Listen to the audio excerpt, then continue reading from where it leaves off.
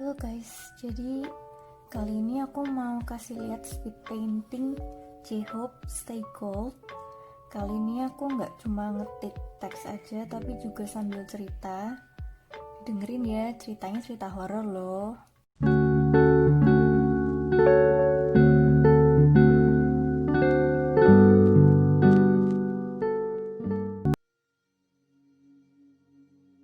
Hai, jadi aku mau cerita tentang pengalamanku waktu aku masih kerja di luar kota dulu. Ini kejadiannya udah bertahun-tahun yang lalu, ini udah lama. Jadi dulu aku waktu kerja di luar kota ditempatkan di sebuah dorm asrama yang dulunya ini rumahnya pemilik perusahaannya. Jadi pemilik perusahaannya tuh udah pindah ke rumah yang baru, yang ini kosong, terus dibuat jadi asrama karyawan. Tapi waktu itu yang nempatin di asrama itu cuma aku sama satu orang lagi cewek. Jadi bangunannya ini 2 lantai, ini rumah yang gede ya. Dan aku sama satu cewek ini, sebut aja tante, dia tuh tidurnya satu kamar sama aku. Dan di depan di halaman itu dijaga sama beberapa security. Jadi security itu akan silih berganti datang untuk shift-shiftan. Terus di asrama ini tuh juga kayak base camp gitu, jadi orang bisa datang untuk ngumpul gitu. Dan aku jelasin dulu, pintu masuk rumahnya ini itu ada di sebelah kanan.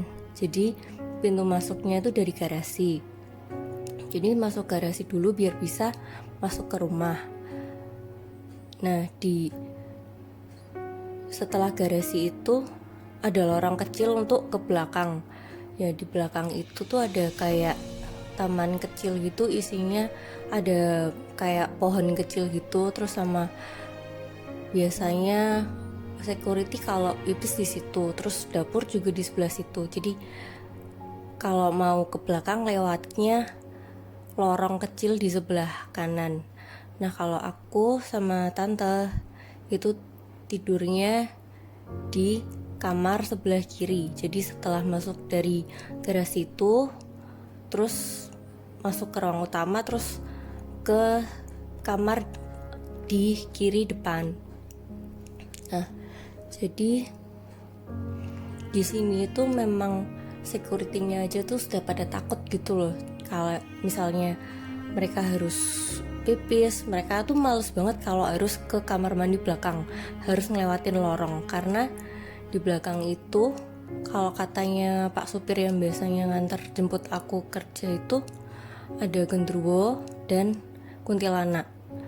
Kalau kuntilanaknya ini tuh dia tinggalnya yang di pohonnya itu. Jadi Pak supirnya ini pernah ketemu sama kuntilanaknya itu. Dan aku sendiri sih waktu di kamar itu yang aku mulai awal-awal ngerasain gangguannya itu di pintu kamar mandi. Jadi kamar mandinya itu di dalam ya, kamar mandi dalam, tapi gagang pintunya itu sudah nggak ada, jadi nggak bisa diceklekin gitu tuh loh. Nah, tiap malam itu kan aku kalau tidur kan beda kasur ya sama si tante, jadi tante tidurnya di ranjang, kalau aku mintanya di kasur di bawah gitu loh, jadi aku tidur di lantai.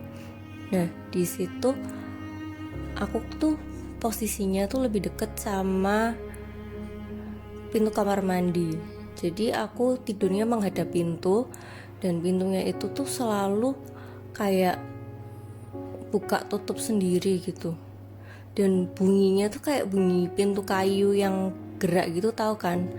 Nah, itu tuh sepanjang malam itu biasanya dia tuh selalu gerak gitu. Dan setiap aku mandi ya, aku tuh ngerasa kayak ada yang ngeliat dari punggungku. Jadi tuh kayak orang diliatin gitu kan, pasti kerasa kan, ada yang melototin gitu. Nah aku tuh selalu kalau mandi tuh selalu noleh ke belakang karena aku nggak nyaman, rasa ada yang ngeliatin aku. Dan aku pernah juga waktu pas lagi mandi, aku tuh denger kayak ada anak antara nangis atau ketawa gitu loh, tapi suaranya tuh anak cowok gitu tuh. Dia suaranya tuh lumayan kenceng. Dan ini karena area bangunannya itu kayak di perumahan elit, jadi tuh antara kiri kanan itu ada jedanya, jadi nggak nempel langsung dinding rumah gitu. Jadi nggak mungkin itu suara tetangga juga. Nah kalau waktu aku mau lewat di lorong itu, di sebelah lorong itu kan kayak ada ruangan lagi gitu. Jadi asrama ini itu tuh diisi sama furnitur dari Bali gitu loh. Jadi kayak dari villa-villa yang nggak kepake, terus furniturnya dikumpulin di situ. Jadi isinya agak berantakan gitu. Waktu aku lewat gitu, aku tuh denger kayak ada suara cowok-cowok tuh lagi ngobrol. Tapi di situ tuh nggak ada orang karena jelas security itu nggak boleh masuk ke asrama, nggak boleh masuk ke bangunan. Jadi mereka cuma boleh lewat lorong ke belakang atau mereka stay di depan buat jagain bangunannya. Suara obrolannya itu jelas banget, jadi mereka tuh kayak lagi ngobrol gitu tuh loh. Tapi aku cuma kayak bingung, ini nih beneran apa enggak sih gitu. Jadi tetap berusaha rasional gitu. Nah terus suatu hari kan ada bapak-bapak yang kerja di perusahaan juga. Waktu itu aku ketemu di depan pintu, di depan pintu kamar itu sebelah kanannya persis, kalau keluar dari kamar itu ada kayak pintu kaca, jadi itu nembus ke ruangan lain ya. Nah pintu kaca ini kusen-kusennya nih dari metal gitu loh. Nah pintunya itu tuh kan dikunci, tapi tuh kayak digebrak-gebrak orang, tau nggak sih, kayak pintunya mau dibuka paksa gitu loh, jadi bunyinya brak gitu. Terus aku nanya sama bapaknya, Pak ini kenapa ya kayak gini ya? Terus bapaknya bilang aja, oh santai ini angin, bilang gitu. Oh yaudah Pak gitu. Terus udah lupain yang itu, aku nggak mikirin yang itu lagi. Dan suatu saat waktu itu liburan Imlek, yang lain security pada pulang kampung, sama si tante tuh juga pulang kampung. Jadi cuma aku sama satu security yang tinggal di depan. Jadi intinya aku hari itu sendirian. Aku mainan laptop yang aku taruh di meja kayak A3 gitu, di kasur. Jadi aku mainan laptop di kasur, posisiku ya ke arahnya kamar mandi itu posisinya. Aku mainan laptop dan tiba-tiba ada sosok hitam transparan tapi pendek. Dia itu lewat di depanku, pelan banget. Dia tuh lewat dari kanan ke kiri. Kalau misalnya dia ada di ujung mata, aku masih bisa mikir kalau itu aku salah ngelihat atau gimana gitu ya. Tapi mataku tuh beneran fix di laptop. Jadi dia tuh beneran dari depan mataku tuh nggak ngelirik-ngelirik, dia tuh lewat gitu tuh loh. Terus aku tuh langsung kaget gitu, apaan ya barusan gitu. Tapi aku langsung ngambil tas, terus langsung pergi keluar. Akhirnya aku main ke mall seharian dan gak berani pulang. Tapi ya akhirnya terpaksa, waktu udah malam kan aku harus pulang. Ya udah aku akhirnya tetap balik ke asrama dan lampunya tetap aku nyalain, aku nggak berani matiin lampu. Biasanya kalau waktu tidur sama tante kan kita pakai lampu yang kuning gitu. Nah kalau aku kali ini tuh nggak berani. Dan biasanya kalau misalnya aku teleponan itu tuh di dalam bangunan itu nggak ada sinyal. Nah aku biasanya teleponan duduk di garasi. Jadi di garasi itu ada kursi kayu. Nah aku teleponan di situ. Nah setiap aku teleponan, setiap menit pasti ada yang lempar batu.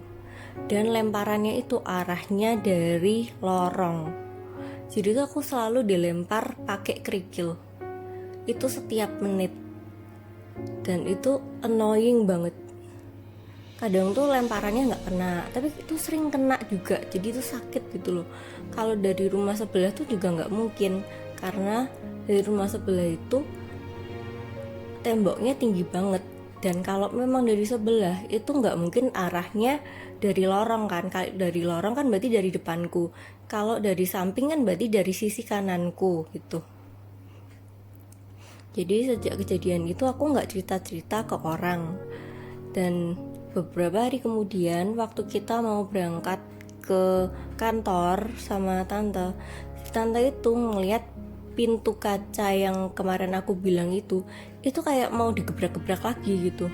Terus dia nanya, ini kenapa ya Mei? Dia manggil aku Mei gitu. Nggak tahu tuh tante, kemarin juga sempat kayak gitu waktu sama si bapak yang itu. Terus yaudah kita berangkat ke kantor. Nah waktu di kantor si tante itu cerita sama salah satu karyawan yang kerja di situ. Dan kebetulan orangnya itu tuh pendeta. Jadi diceritain kalau pintunya itu tuh bisa kayak didobrak-dobrak sendiri gitu, kayak dipaksa buat dibuka. Terus aku akhirnya cerita juga soal kejadian yang aku ngelihat sosok yang hitam transparan itu. Dan memang sebenarnya rumah itu mau didoain di seluruh rumah itu deh. Cuma aku bilang, Pak ini lama-lama ganggu banget Pak, bisa gak sih Pak kalau misalnya kamarnya dulu aja yang didoain gitu, diusirin gitu Pak, lama-lama ini annoying banget Pak gitu. Terus akhirnya bapaknya berangkat sama satu karyawan cewek itu untuk doain kamar itu. Terus akhirnya kan kamarnya didoain gitu kan. Terus pendetanya itu bilang di kamar mandi tuh emang ada satu. Terus kalau misalnya kamu digangguin lagi, jadi kamu tuh berdoa aja, terus sama setel lagu rohani gitu deh gitu. Terus bilang kayak gitu.